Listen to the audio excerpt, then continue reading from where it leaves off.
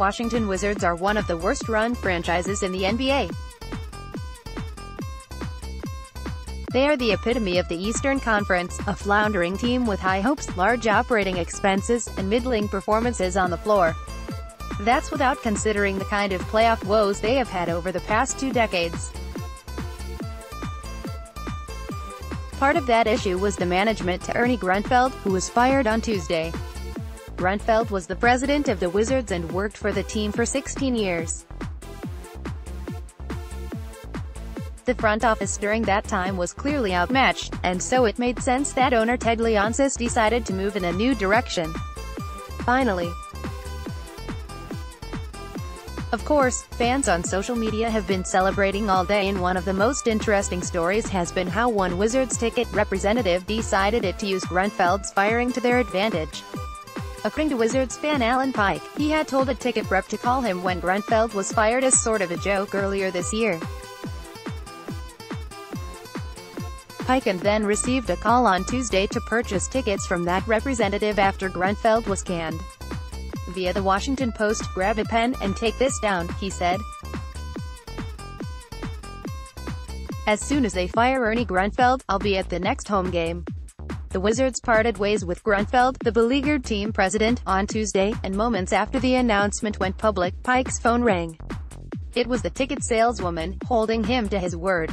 He purchased seats to the game against the San Antonio Spurs on Friday.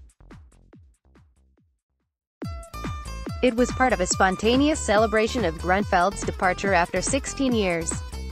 "This is the least the Wizards could do," Pike said.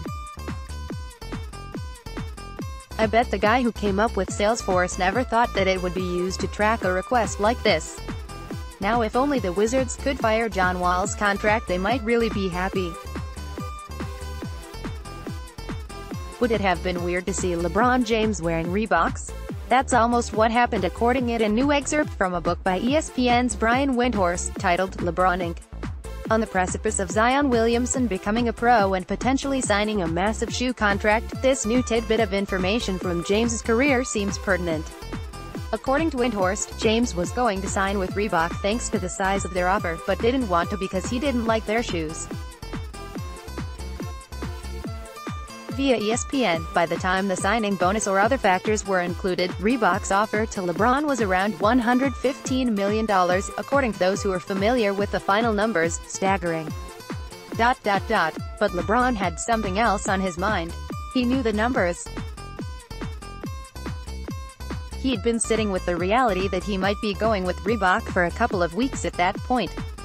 But he didn't want to do it. He didn't like their shoes that much. A couple of years earlier, one of Reebok's endorsers, Sean Kemp, had said the shoes Reebok gave him failed during games, calling them throwaways, in an interview with a newspaper reporter. Reebok sued Kemp for saying it, but he said it just the same. LeBron had always envisioned himself wearing Nike and wanted to be a part of their great ad campaigns and work with their designers. After all that, LeBron agreed to a 7-year, $77 million guaranteed contract with Nike plus a $10 million signing bonus that would get the deal to $87 million. With incentives, LeBron's first deal with Nike pushed him over the $100 million mark. According to Windhorst, Reebok's stock price dipped the day after it was announced that LeBron signed with Nike. Kobe Bryant once was with Adidas, and as we've seen with other players before, a lot of the time guys start out with one company simply because they pay them the most money. It's not as though LeBron's first shoes were exactly iconic from a design perspective.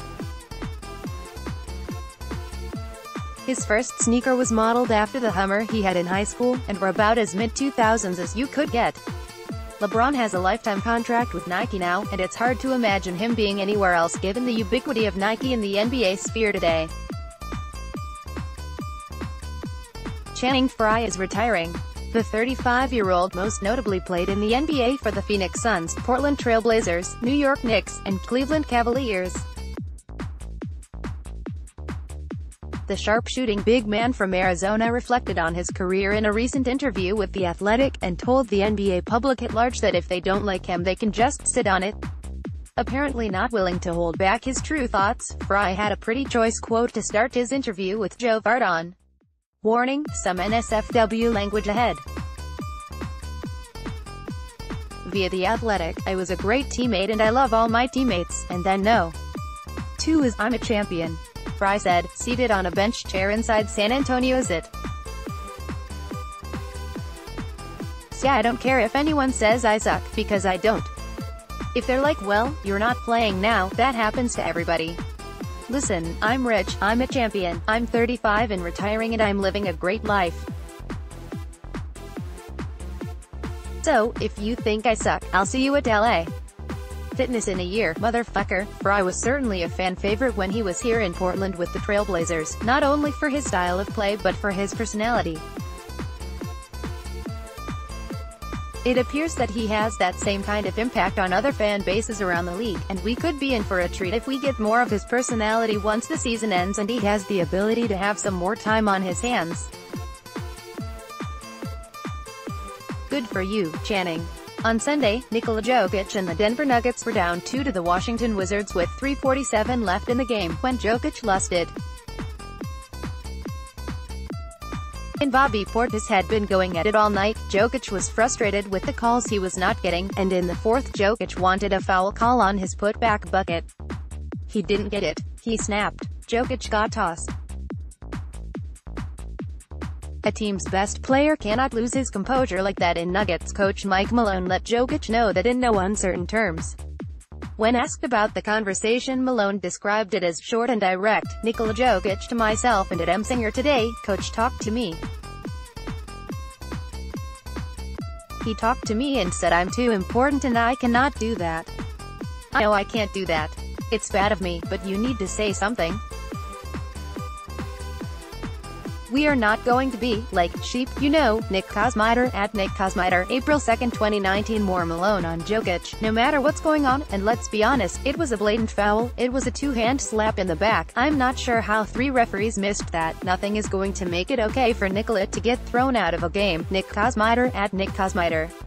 April 2, 2019. Jokic allowed that he's working on his fuse with no calls, but still expressed frustration in blatant fouls being missed. Malone said bottom line is Jokic can't get ejected, but that Jeff Capers could have done more to de-escalate Sunday's incident with Jokic. Nick Kosmider, at Nick Kosmider, April 2, 2019. Notice the theme here. Jokic can't get tossed, but he was right about the call. It's Malone sticking up for his guy. If this were a one-off situation it would be one thing, but Jokic has lost his cool a couple times recently. Remember the ejection versus Indiana, and those ejections have cost his team. In the playoffs, the referees are going to let a lot more stuff go. It's going to get more physical. You can draw the line of logic here. Michael Jordan, Shaq, LeBron James, Kobe Bryant. I could keep listing superstar players who had to play through heavy contact and learn to keep their cool, but the point is made. Welcome to being an NBA star, Jokic. Composure is part of it. This has seemed to be the season Father Time finally started to catch up with Jamal Crawford. For 18 previous seasons, Crawford seemed to be unbothered by age, in part because his crossover is timeless, and he could just go get buckets. That skill made him a 3-time Sixth Man of the Year. It made him valuable. This season, those buckets have been harder to come by. He is scoring less than a point per possession on offense for the first time since his rookie season, and his true shooting percentage of 49.1 is well below the league average. He rarely gets to the rim anymore, 5% of his shots. He's still solid from the mid-range, but he's shooting just 30.2% from 3. Combine that with going from a playoff Timberwolves team, and the Clippers before that, to a Suns team trying to rebuild, and it was a rough season for Crawford. Don't for a second think all that has Crawford contemplating retirement, as he told Gina Mizzle of The Athletic. Oh, no, Crawford told The Athletic following Monday's shoot-around. That's the part one hate, the perception because of how things went this year. You may look at the numbers and see, I'm only taking 6 shots a game. think it's to be applauded. For me to say, hey, when I go in, I'm not going to jack up every shot. This is the most assists I've averaged since 2008-09. I'm truly trying to see others grow. I think we should look at that part of it. I'm passing more than I ever have. Crawford will be a free agent next summer, and he knows after this season he's not lined up for another massive payday. What he wants is a place he can contribute. Fit will be important for me. I'm an acquired taste. I get it. What I bring to the table is an acquired thing. This is the first year since 2002 I haven't averaged double figures. I did it 16 straight years. I've won 2 out of the last 5 Sixth Man of the Year awards. I think fit is so important for me. There will be teams, playoff teams loaded with veterans who know how to play, looking for a little punch off the bench, and they will want to see if Crawford can still give it to them. That fit may be with a team willing to talk future front office position for him.